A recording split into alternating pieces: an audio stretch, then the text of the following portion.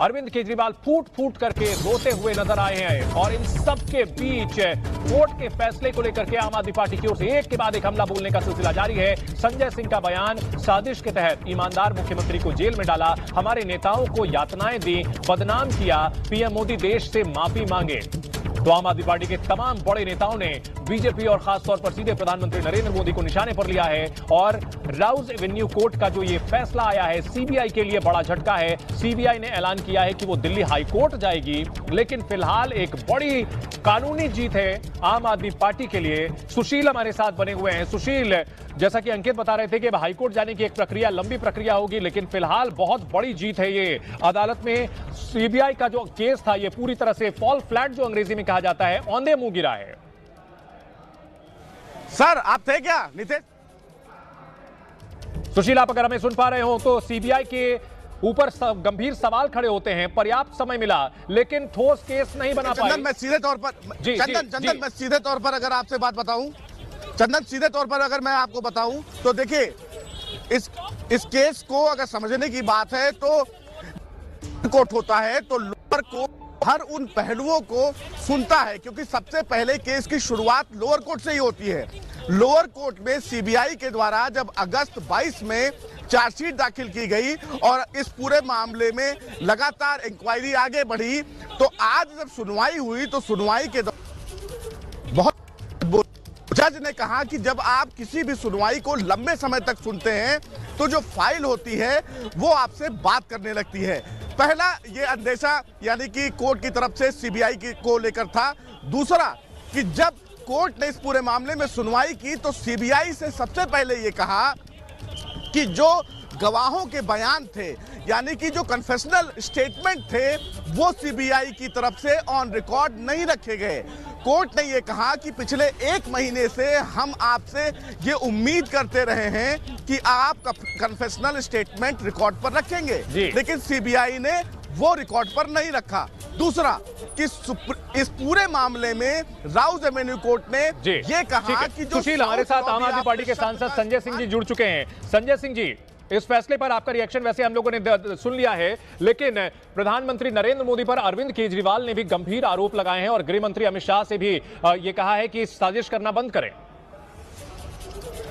देखिए, पहली बात तो इस फैसले से ये साबित हो गया कि देश की सत्ता पे एक षड्यंत्रकारी तानाशाह राज कर रहा है और उसने जानबूझकर झूठे मुकदमे देश के सबसे लोकप्रिय ईमानदार नेता अरविंद केजरीवाल के खिलाफ बनाया, एक सबसे योग्य शिक्षा मंत्री मनीष सिसोदिया के खिलाफ बनाया और हमारे नेताओं को जेल में सड़ाया, हमारी सरकार को अस्थिर किया, हमारे काम को बाधित किया।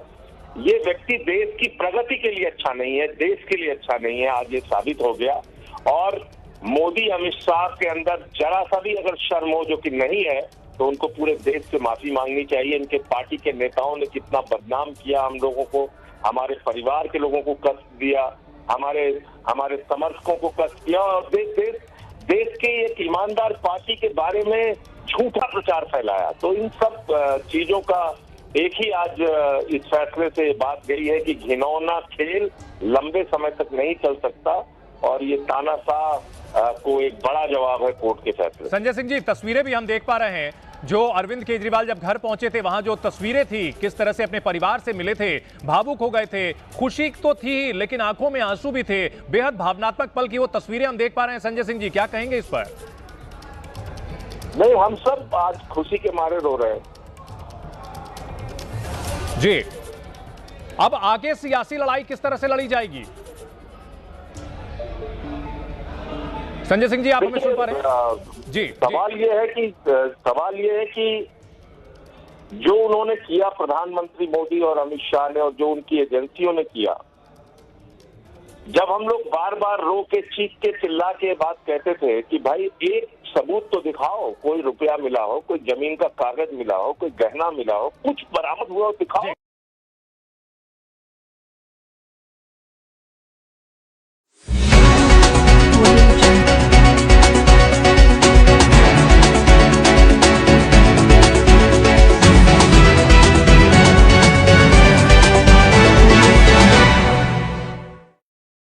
मोदी जी को कहना चाहता हूं, मोदी जी, आपने हमारे ऊपर इतने केस कर लिए, आपने ईडी छोड़ दी, आपने सीबीआई छोड़ दी, आपने पुलिस छोड़ दी, आपने इनकम टैक्स छोड़ दिया हमारे पीछे, आपने जेल भेज दिया हमारे 5 सबसे बड़े नेताओं को।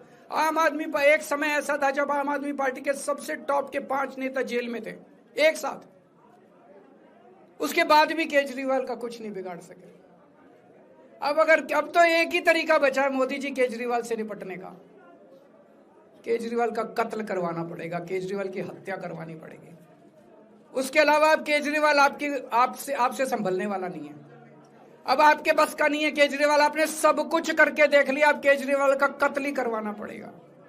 और एक तरीका है, मैं पहले भी बोल चुका, लेकिन वो मोदी जी के बस का नहीं है। मैंने 500 स्कूल बनवाए दिल्ली में, आप 5000 स्कूल बनाओ। मैंने दिल्ली की सड़कें अच्छी करी, आप पूरे देश की सड़कें ठीक कर दो, देखो केजरीवाल को कोई पूछेगा ही नहीं। केजरीवाल ने 200 मोहल्ला क्लिनिक बनाए, आप 20,000 मोहल्ला क्लिनिक बनाओ। आप तो देश के प्रधानमंत्री हो, अरे अच्छे काम करो ना। वो नहीं होता मोदी जी से, वो मोदी जी से नहीं होता। मैं उनको कहना चाहता हूं, प्रधानमंत्री जी, केवल सत्ता की जो प्रधानमंत्री मोदी जी की और अमित शाह जी की सत्ता की हवस है, ये उसका नतीजा है जो ये षड्यंत्र रचा गया। मैं मोदी जी को कहना चाहता हूं, मोदी जी, आपने हमारे ऊपर इतने केस कर लिए,